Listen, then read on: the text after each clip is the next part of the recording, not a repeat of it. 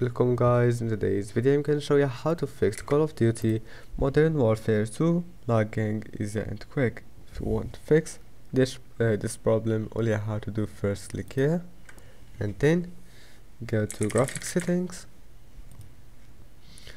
turn on this option, go back, and after that go to view advanced system settings and then go to settings, adjust for best performance, click apply and OK, and then close it. And after that go to Windows update settings, check if there is any update, and if you find it just install it. And then GeForce Experience and go to drivers, make sure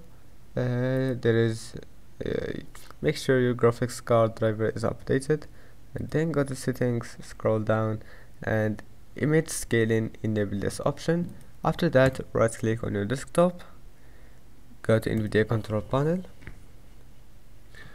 wait a few seconds and then go to use my preference, move it to performance, click apply, and that's it.